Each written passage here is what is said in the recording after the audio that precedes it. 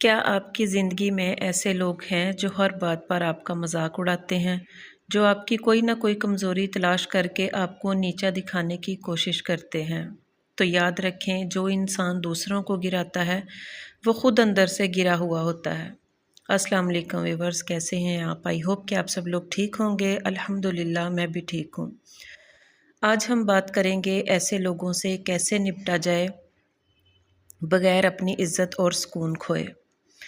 سب سے پہلا اس کا پوائنٹ ہے، ان کی حقیقت سمجھیں۔ جو لوگ ہر وقت طنز کرتے ہیں یا مذاق اڑاتے ہیں وہ دراصل خود سے مطمئن نہیں ہوتے، کیونکہ مضبوط لوگ حوصلہ دیتے ہیں اور کمزور لوگ جو ہوتے ہیں نا وہ مذاق اڑاتے ہیں۔ اگر کوئی آپ کو ہنسی کا نشانہ بنا رہا ہے تو سمجھ جائیں کہ وہ آپ سے بہتر نہیں ہے بلکہ آپ سے خوف زدہ ہے۔ نمبر 2 پر آتا ہے کہ رد عمل نہ دیں۔ ایسے لوگوں کی طاقت آپ کا رد عمل ہے۔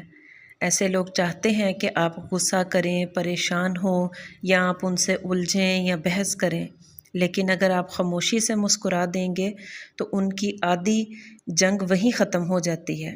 کبھی کبھی سب سے مضبوط جواب جو ہوتا ہے نا وہ ہماری خاموشی ہوتا ہے۔ ضروری نہیں ہوتا کہ ہم نے ہر بات کا جواب دینا ہے۔ تیسرا اس کا پوائنٹ ہے کہ حد مقرر کریں۔ اگر کوئی بار بار حد سے بڑھ رہا ہے تو نرمی مگر مضبوطی سے کہہ دیں کہ مجھے انداز پسند نہیں آیا۔ یاد رکھیں، دوسروں کو عزت دینا ضروری ہے، لیکن اپنی عزت بچانا اس سے بھی زیادہ ضروری ہے۔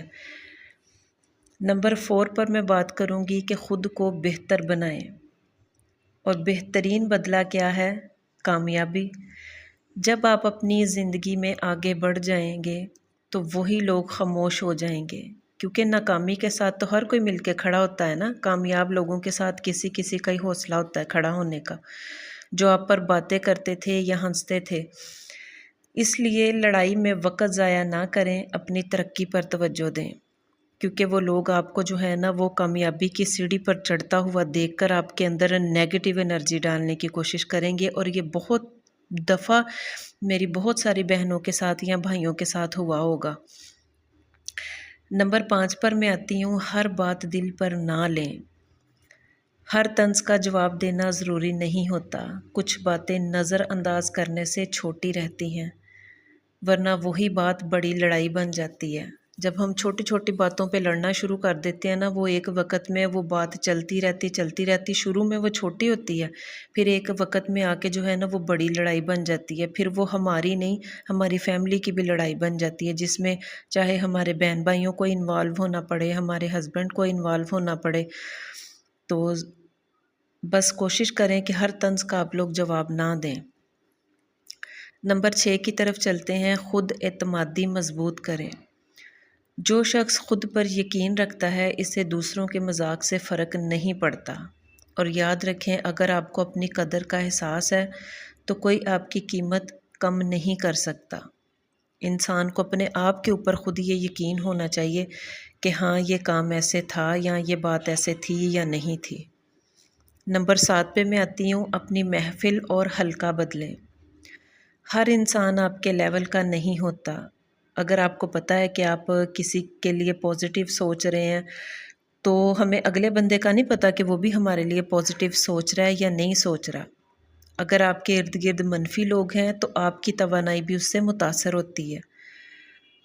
اپنے آپ کو مثبت اور حوصلہ دینے والے لوگوں میں رکھیں، اور ایسے لوگوں، جب انسان کے خود کی سوچ پازیٹیو ہوتی ہے نا تو اس کو اگلے بندے کی بھی پازیٹیوٹی کا پتہ چل جاتا ہے، بات کرنے کے انداز سے، اس کے دعا دینے کے انداز سے انسان جو ہے نا وہ اگلے بندے کو جج کر لیتا ہے۔ اللہ پاک نے انسان کے اندر جو چھٹی حص رکھی ہے نا وہ انہی چیزوں کو جج کرنے کے لیے رکھی ہے۔ اگلے پوائنٹ کی طرف آتی ہوں، سوشل میڈیا پر احتیاط۔